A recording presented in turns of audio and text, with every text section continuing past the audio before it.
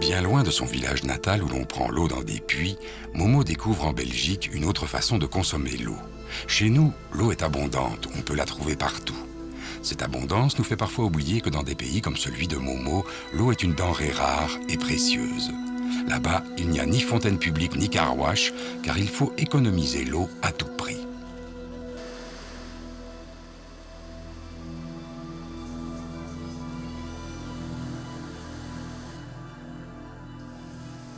Ici, on se lave tous les jours dans une eau si propre que l'on peut la boire. Chez Momo, l'eau la plus propre est réservée à la boisson. On ne se lave pas avec. Boire, c'est aussi important que respirer. C'est un besoin essentiel et élémentaire. Chaque jour, notre corps a besoin de 3 litres d'eau, ce qui ne représente qu'une toute petite partie des 120 litres que nous dépensons chacun tous les jours. C'est beaucoup plus que chez Momo en Afrique, où une personne ne dépense que 30 litres d'eau par jour. Certains lave-vaisselle, par exemple, s'ils sont très pratiques, sont aussi parfois très gourmands en eau. Il faut donc être vigilant.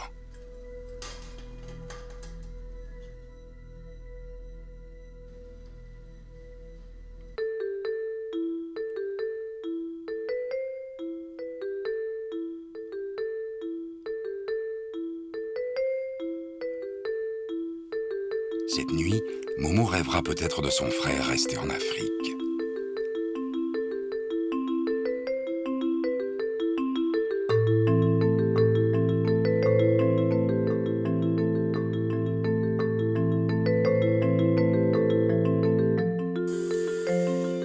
L'eau, c'est une affaire sérieuse, mais c'est aussi un moyen de s'amuser, et s'amuser, ça, c'est la grande spécialité de Momo. La piscine tropicale, les vagues et les jets d'eau, elle adore.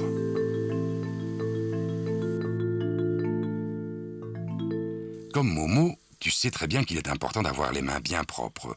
Mais est-ce que tu sais d'où vient cette eau dont nous avons tant besoin ?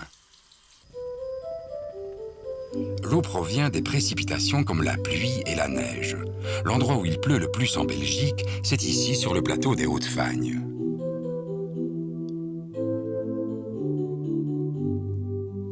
L'eau qui tombe sur le sol peut être captée par la végétation, comme en témoignent les sphègnes, ces mousses capables de retenir jusqu'à 25 fois leur poids en eau.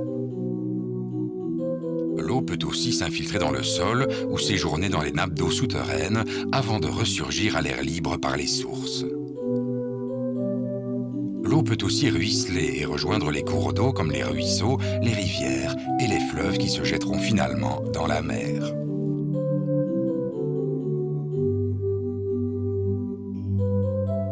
En région wallonne, l'eau peut avoir 2 origines différentes. Elle provient soit d'une nappe d'eau souterraine également appelée nappe aquifère, soit d'une eau de surface. Le plus important captage d'eau souterraine se situe dans la vallée du Néblon. Les galeries que nous visitons ont été creusées dans la nappe aquifère du Condro. Contrairement à ce que l'on pense souvent, une nappe aquifère ne se présente que rarement sous la forme d'un lac souterrain, mais bien plus souvent, comme ici, sous la forme d'eau emmagasinée dans les fissures de la roche, que l'on pourrait comparer à une éponge gorgée d'eau. Pas moins de 50 000 à 80 000 mètres cubes y sont prélevés chaque jour. L'eau y est d'une grande qualité. Pour qu'elle soit potable, il suffit juste d'ajouter un peu de chlore comme à la piscine pour tuer les microbes qu'elle renferme. L'eau, si elle n'est pas captée, va rejoindre une rivière qui se jettera dans un fleuve, puis dans la mer.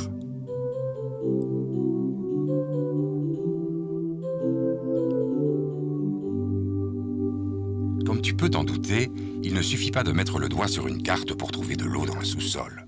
C'est le travail des scientifiques qui disposent pour cela de techniques très efficaces.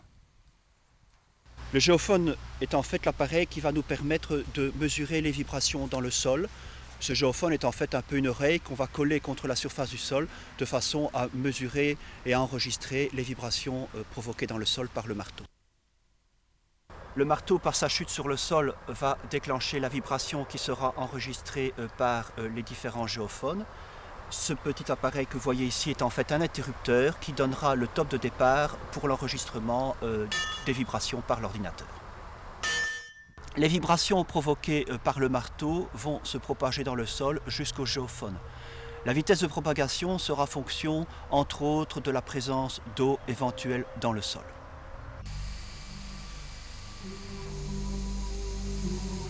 L'eau peut être captée par un système de galeries comme nous l'avons vu précédemment, mais également par des puits que l'on fore.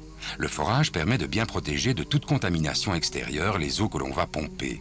Ces puits sont installés par des firmes spécialisées qui maîtrisent bien ces techniques et qui possèdent tout l'équipement nécessaire.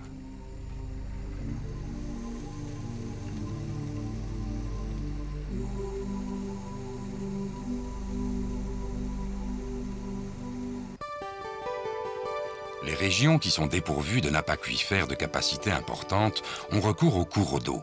On peut capter soit l'eau d'une rivière, soit l'eau retenue par un barrage, comme c'est le cas ici. Les eaux de ce barrage sont très surveillées pour éviter tout problème de pollution. Toutefois, l'eau prélevée dans le lac peut être plus ou moins trouble, colorée, présenter un goût ou une odeur désagréable. Pour toutes ces raisons, il est nécessaire de la traiter.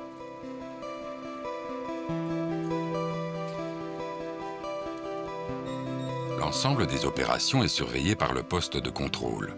Toutes les précautions sont donc prises pour assurer aux consommateurs une eau potable de qualité. Ici commence une opération destinée à produire une eau limpide en éliminant les particules en suspension qui la rendent trouble. On va mélanger dans l'eau des produits chimiques qui vont coller les unes aux autres ces particules sous la forme de gros flocons facilement éliminables. Dans ce floculateur à barrière, l'eau est brassée plus doucement pour favoriser la formation de ces fameux flocons.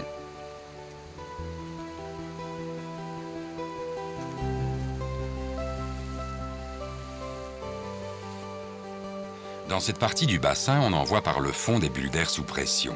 En remontant à la surface, ces bulles d'air accrochent au passage les flocons que l'on veut éliminer. Il suffit alors de racler les flocons qui flottent en surface.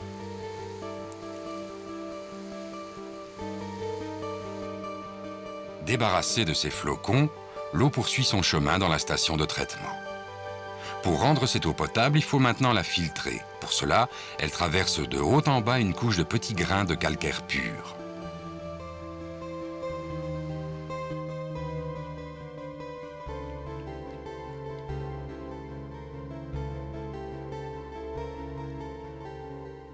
En fin de traitement, on ajoute dans l'eau un peu de chlore pour détruire les microbes susceptibles de s'y développer.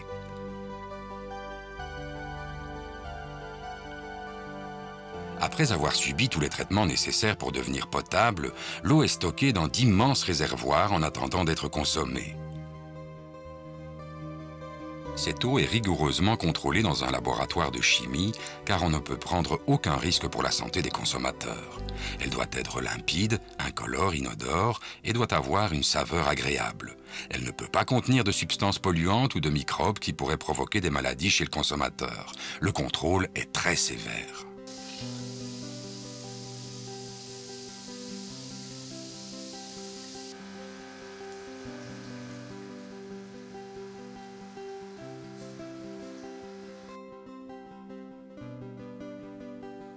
De puissantes pompes ont été installées pour envoyer l'eau dans des conduites d'adduction. Ces gros tuyaux sillonnent tout le pays pour acheminer l'eau vers des réservoirs de stockage, comme les châteaux d'eau situés sur des points hauts du relief. Ce système moderne d'acheminement de l'eau a définitivement remplacé les fontaines publiques, où il est cependant parfois possible de s'approvisionner. Pour boire évidemment, et pour cuisiner. Alors pour nettoyer, pour faire les gros travaux, je viens chercher de l'eau ici. Et ça va tout seul. À la campagne, c'est la facilité. Je vois qu'au la pluie, il n'y a pas de problème. Voilà. Depuis le château d'eau jusqu'au robinet du consommateur, l'eau suit un long chemin au fil d'un réseau complexe de canalisation. Ouvrir le robinet est un geste tellement commun que l'on en oublie trop souvent le parcours effectué par l'eau, depuis son lieu de captage jusqu'à notre maison, où le compteur témoigne de l'importance de notre consommation.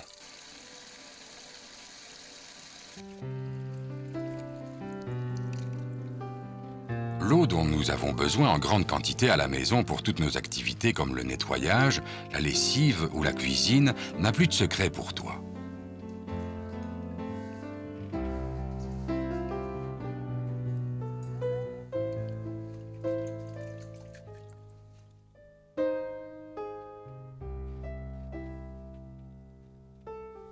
Mais après l'avoir utilisée, où va donc cette eau ? Si ta rue dispose d'un réseau d'égouts, l'eau usée y est collectée, puis elle peut être acheminée vers une station d'épuration qui permet de réduire sensiblement la pollution de cette eau avant son rejet en rivière. L'eau passe à travers une grille qui retient les gros objets flottants comme des feuilles, des morceaux de bois ou de plastique qui sont envoyés régulièrement dans une poubelle. L'eau usée passe ensuite dans un bassin où l'on élimine les huiles et les graisses flottant en surface, ainsi que les sables et graviers qui sont déposés au fond du bassin. Après cela, l'eau est envoyée dans ce décanteur où les matières en suspension se déposent progressivement au fond et sont raclées par le pont tournant qui les entraîne vers le centre du bassin où elles seront récoltées et éliminées. L'eau, quant à elle, déborde par le dessus du bassin et est envoyée dans un aérateur où de minuscules êtres vivants vont se nourrir des matières présentes dans l'eau usée. Après leur festin, ces êtres microscopiques sont éliminés dans un clarificateur.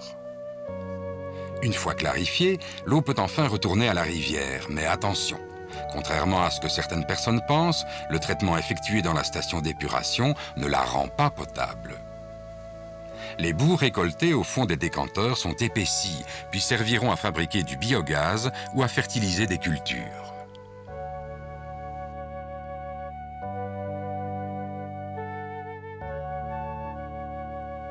Les scientifiques continuent leurs recherches pour découvrir sans cesse de nouvelles techniques d'épuration. Ils étudient pour cela des êtres vivants minuscules, seulement visibles au microscope, qui se nourrissent de certaines matières contenues dans les eaux usées. Ici, nous examinons des algues. Maintenant, ce sont des protozoaires qui grouillent sous nos yeux.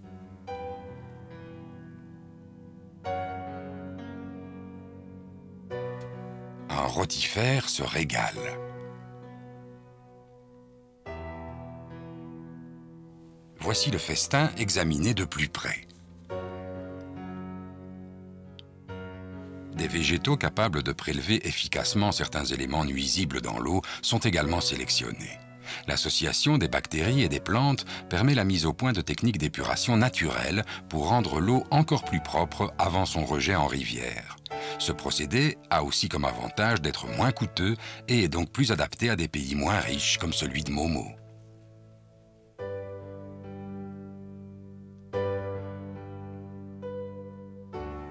Les plantes qui servent à épurer l'eau peuvent ensuite être récupérées par les habitants et recevoir de nombreux usages comme la fabrication de nattes ou bien de maisons.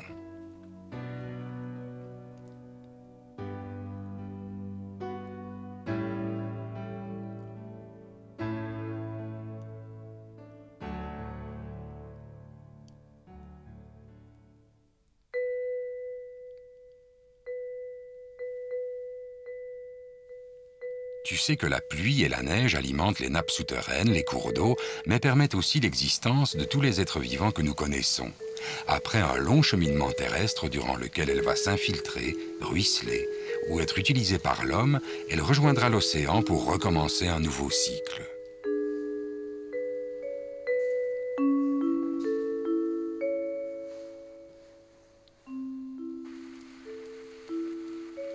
L'expérience que voici nous explique de manière simple ce cycle de l'eau.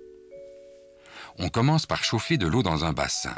Elle devient de la vapeur, tout comme l'eau s'évapore des océans sous l'action du soleil. La vapeur monte alors dans l'atmosphère. La vitre refroidie représente les couches d'air plus froides en altitude. Au contact de cette vitre, la vapeur se condense en gouttes d'eau. L'eau retombe sous la forme de pluie et le cycle se poursuit. D'autres phénomènes viennent compléter ce cycle. Après une averse, lorsqu'il fait chaud, tu peux observer que de la brume s'élève au-dessus du sol et de la végétation. Il s'agit de l'évaporation de l'eau tombée sur le sol, à laquelle s'ajoute de la vapeur provenant de la transpiration des végétaux.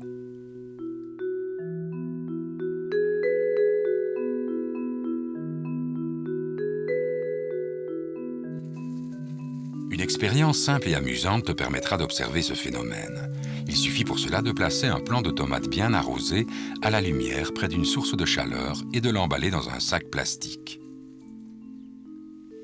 Le lendemain, tu constateras la présence de buée sur la face intérieure du sac, voire même de grosses gouttes que tu pourras récolter. C'est le résultat de la transpiration de la plante.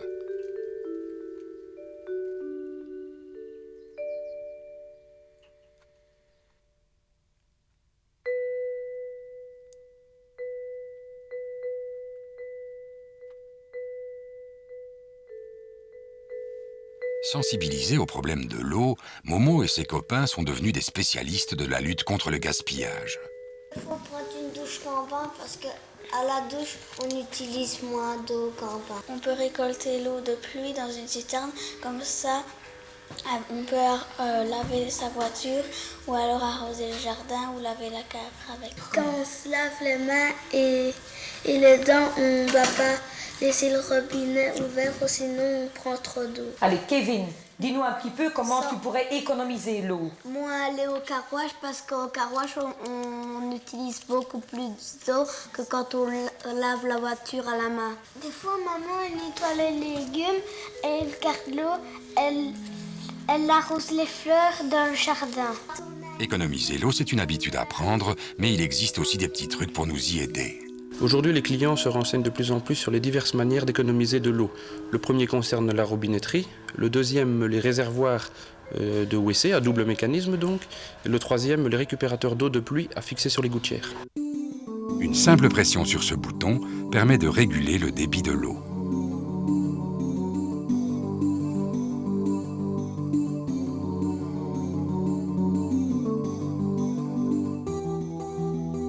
Deux boutons sur la chasse d'eau permettent de choisir la quantité d'eau adéquate. Un embout spécial placé sur un robinet permet une consommation moindre pour une efficacité comparable.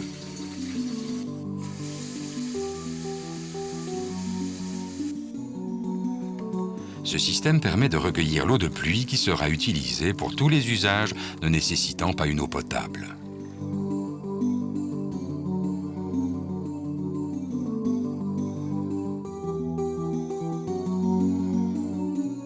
S'il est primordial d'économiser l'eau, il est tout aussi important d'éviter de la polluer en envoyant dans les égouts des produits toxiques. Un simple passage au parc à conteneurs de ta commune te débarrassera de tous ces produits dangereux pour l'environnement.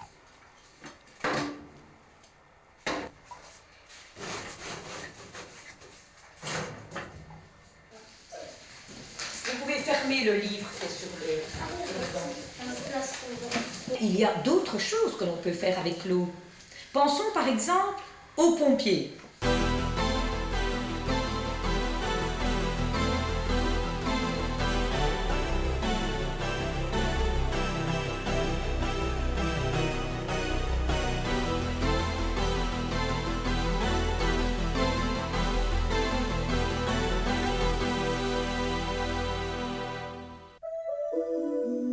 L'eau peut également servir à produire du courant électrique. En montagne, l'eau est stockée dans un barrage avant d'être acheminée dans la vallée.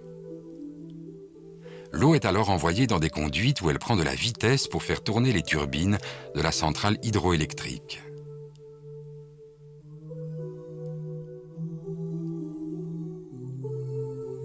Des alternateurs, entraînés par les turbines, produisent le courant électrique satisfaisant les besoins de 30 000 familles chaque année.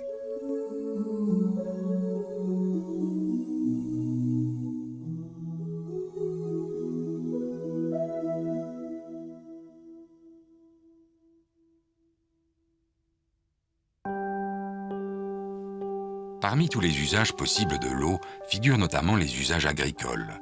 Le système d'irrigation réalisé en Provence en constitue un bon exemple. Imaginé au XVIe siècle par Adam de Craponne, un ingénieur de Salon de Provence, ce système permet la production de cultures maraîchères ainsi que le bon développement des vignes et vergers dans cette région autrefois plus aride. L'eau apportée dans les champs de culture n'est pas entièrement captée par les plantes, loin de là. Sur 100 litres d'eau arrivant dans le champ irrigué, seuls 20 litres seront utilisés par les plantes et 30 litres alimenteront la nappe phréatique dans laquelle l'homme puise son eau potable, mais aussi l'eau nécessaire aux cultures en serre telles que la culture d'abricots, de tomates ou de cerises.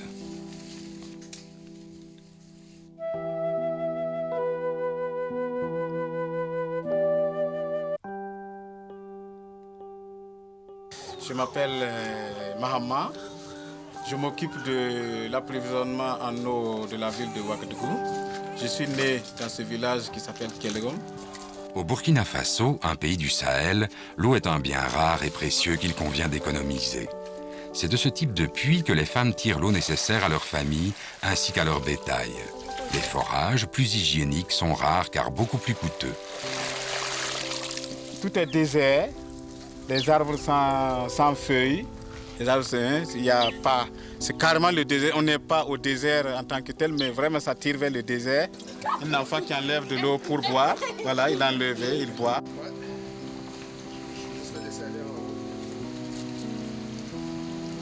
L'eau peut être à la fois source de loisirs et centre d'intérêt. La ville de Montréal, au Québec, a beaucoup investi pour sensibiliser ses habitants à la nature qui les entoure. Le biodôme recrée 4 milieux naturels du continent américain. Le fleuve Saint-Laurent, qui héberge de nombreux poissons, et son estuaire sur la mer.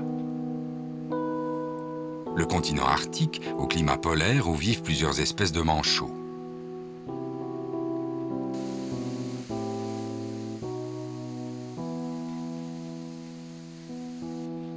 La grande forêt dont le lynx est le seigneur.